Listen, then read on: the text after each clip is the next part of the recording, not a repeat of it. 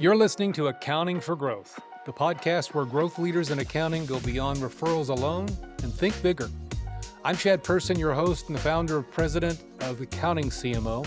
Each episode, we bring in experts at the edge of accounting innovation to share quick, actionable insights that help you lead with confidence, drive smart growth, and move your firm forward.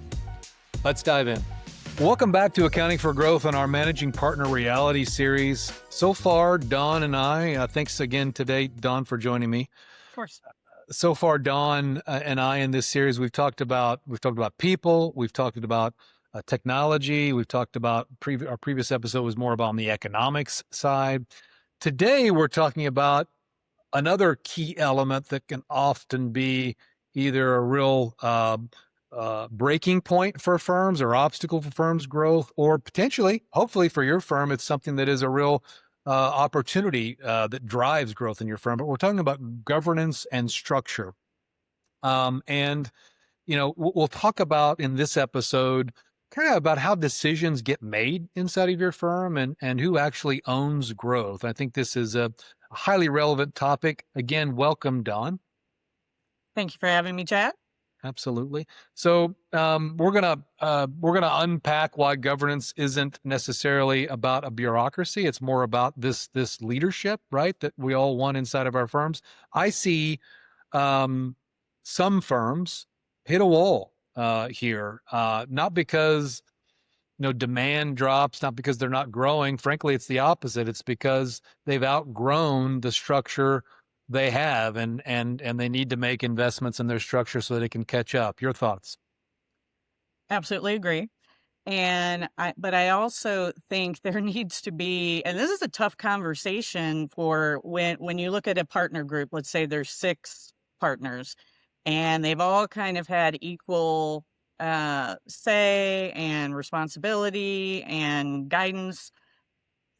It still comes down to just for efficiency's sake, are you going to add, this is like management by committee, which frankly never works. Yep. So who is the person we need to go to make these decisions, to spend money? It's a budgetary issue in many cases. And I think that's tough when you've been, and I certainly remember going through this to some extent at my prior firm, as people were promoted into these managing partner or head of a department or whatever it might be. Right. Typically, our lovely accountants were not trained in leadership, right? It was more along the lines of, I'm just going to do my work. And I got so good at being a tactician, Yeah. And you're trying to put me in a leadership role and I'm not ready for that. That's a long way of saying somebody's got to really be the captain of this ship. And that's a hard conversation to have for some people. But really kind of coming down to who is the head of this. So we know that we can go to that person for whatever we're trying to get accomplished. Otherwise, there's 6 people making decisions that maybe have a completely different mindset on what we're trying to get to by the end of our fiscal year. Yeah, no, 100%. And again, last time you and I, on our last episode, we talked about the importance of knowing where you're going. And that's what growth is achievable for your firm based upon a number of different attributes that are unique to your firm. It's about, being clear on what your ideal client profile is and how you want to grow. And this, again, I bring that up again because it does connect directly back to this idea of consensus slowing execution. I think there should be a consensus on the vision for the future. I mean, getting your partners, your 6 partners bought in on what the kind of firm we want to become is important. But once those decisions have been made and we begin to scale and move, that's when, as you're suggesting and 100% agree, you need to have the right structure in place that enable execution, that allow you to maintain some level of nimbleness, because the best plan you can have, it always needs adjustments. You always need to react to what's going on in the marketplace. And we're talking about stress here. When you are growing, when your business or a particular area is scaling, it automatically will create some stress, right? And so you don't want to add on to that stress. That really, it's a good problem to have when you've got more business than you can handle and that stress that's created. But you don't want to add to that stress by, again, this consensus approach to execution. Yeah, the other thing I wanted to make sure I articulated is let's say this group of six that I imaginary that I referenced earlier, that someone is promoted to managing partner, Yeah. yay. You got to look at their client load. Because if you're expecting them to carry the full client load that they had, a day before before they were managing partner, Yeah. that's going to be very tough. So many things go sideways on that, and I Yeah. understand that may not be overnight, but Sure. as you start putting pen to paper on your plans and you're looking forward on, okay, Bob or Sally or whomever is our managing partner, they they have, or he or she has a very strong client load in X. There Right. has to be a conversation, frankly, Yeah. before you even name someone as a managing partner. What does that client load look like? Like, what is that plan? And Yeah. so, Chad, I beat this drum a lot related to communication amongst the leaders, and that has to be part of it. Is, yes, we know we need a leader. Who is it? What does their client load look like? What are we going to do with those clients? Right. So it can't just be something you wake up on Monday and make this decision on Tuesday. Right. Yeah, no, 100%. And look, I work with a number of firms that are right around that $10 million mark, and honestly, having a simple leadership structure to get to that $10 million mark has worked, right? It's got them there, and again, this is about right sizing your leadership structure to be able to continue to enable growth. But my experience has been once you move on past that $10 million mark to 15 to 20 to 25 and beyond, that's when, again, you need to be, open to looking Mhm. at, do we now need to move to more of an executive committee, right? Where we've got two or three people that are contributing to, execution and governing the firm. And then, of course, as you continue to grow, hopefully beyond that, you can look at other alternatives. Some firms have governing boards, et cetera. But again, I think it's important to understand that, hey, you've got to make adjustments in leadership structure as the firm continues to evolve. And then the flip side of that, accountability, right? Role clarity, defining roles and rights and responsibilities. Who gets to be a part of the key decision making versus who executes. Those are kind of the next step once you've got that model in place. Would you agree? I agree. And the other thing that came to mind is, if you don't do those things, the level of frustration from the Yeah. bottom up will only increase. And so I think there's a retention play here as well when you're looking at your staff of, like, who's running this circus? And even if you as a leader aren't like 100% sure of exactly how all this is going to play out, being able to say to your teams, hey, Yeah. this is the roadmap that we're going down for right now. Yeah. Something you said earlier, you're going to have to adjust, right? Yeah. Yeah. But it's the being able to articulate the plan, so Yeah. that staff, the managers, whomever is at least on board enough to know somebody is looking into this. And I can tell you, certainly, even from a marketing perspective, that doesn't always happen. Yes. And that isn't bad intent. That's just busyness.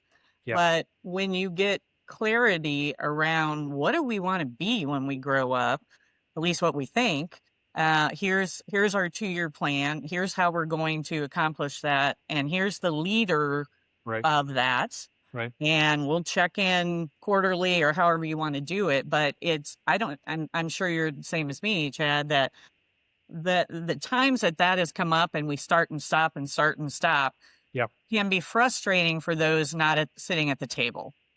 Agreed. Agreed. And again, I'm in line. I mean, if you and I collaborate with firms, and you know we've mentioned, I think, on a few of these episodes, the fundamentals that we bring into firms. One of those fundamentals we continue to talk about is know where you're going, being very clear about how you want to grow, that clarity, having consensus around that. And then, of course, making the right investments to execute strategically towards growing that way. That's one of the fundamentals. One of the other fundamentals is, having a cadence for Mm-hmm. planning and accountability, right? And Right. so, as you know, Don, and so this is really where, again, you do have individuals in the firm that have accountability and ownership in pursuing the type of growth the firm's decided they want, and there's a scorecard, right? Mm-hmm. We know what KPIs are the ones that are driving our success, and we're monitoring those, and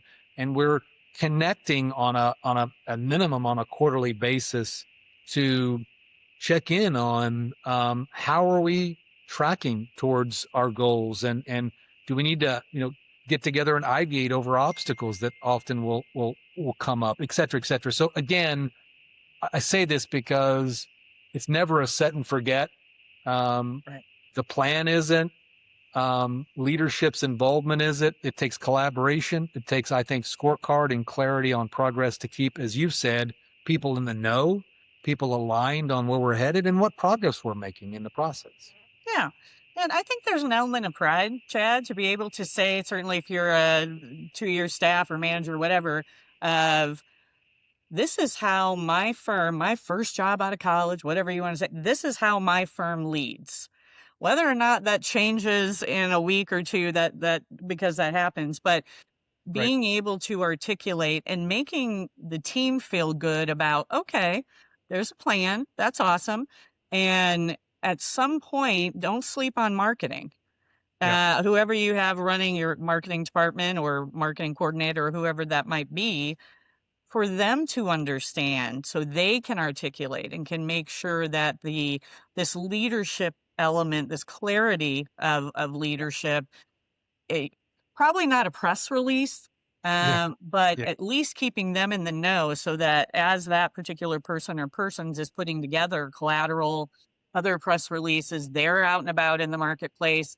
This is what my firm is doing, and I feel Yep. very good about it.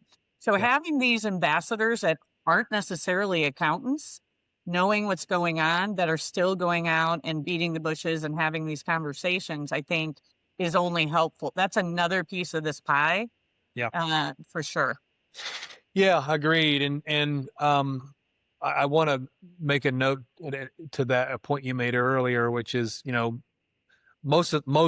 the firms that I work with, the managing partners and members of their leadership team all have full client loads. Mhm. And I think, as you suggested, ideally, in a perfect world, that responsibility would diminish, right? Yeah, As they put more and more time towards managing the firm. But that is also one of those processes that takes time and it isn't an overnight type of deal. I'll just want to bring that up again because I want to continue to reinforce when you have clarity about growth, a plan to execute, you have the right leadership structure.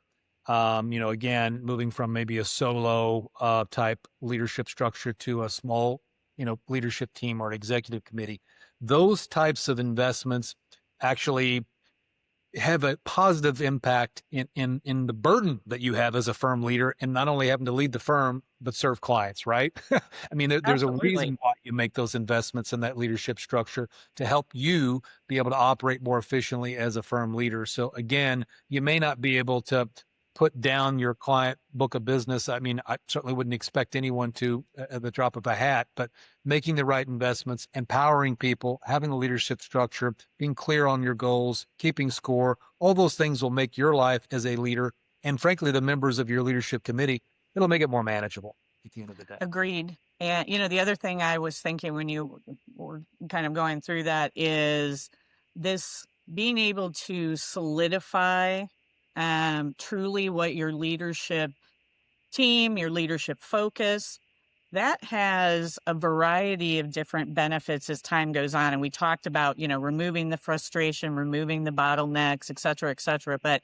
think about I'm an old sales gal, so that's kind of where my head goes all the time. And so having that structure, when you go to have that price increase conversation with the client of, you're probably not leading with, well, I'm the new managing partner, so I can do this, but more from the standpoint of, hey, we're really trying to get organized and focus on how we best serve you as a client. And here is a way that we're doing this. Yeah, Bob or Sally is now our managing partner, and they're heading up. This is 80% of what they're doing. yeah, And what I think that does, Chad, is whether or not you articulate it that way or not, you are showing that we're playing in the big leagues now. sure. And it's funny how perception is reality to clients sometimes. Yeah. Yeah, agreed. Agreed 100%.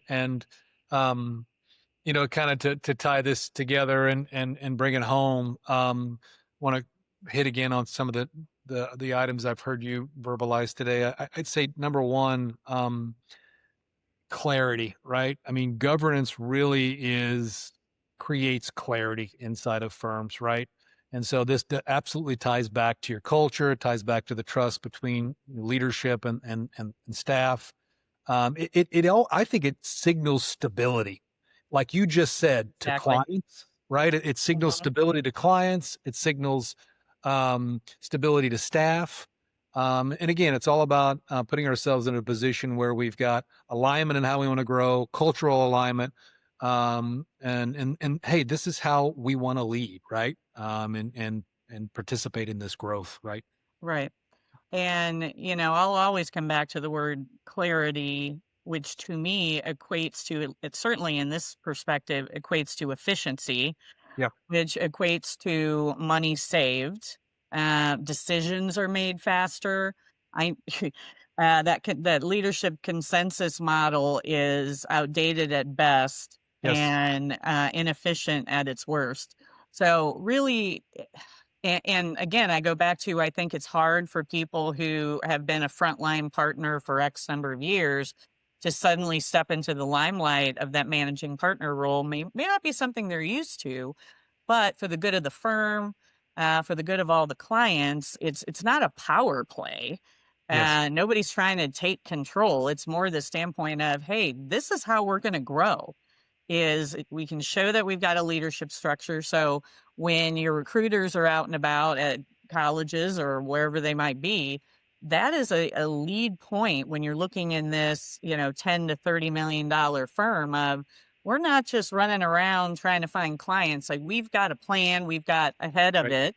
Right. And this is how we think that benefits you.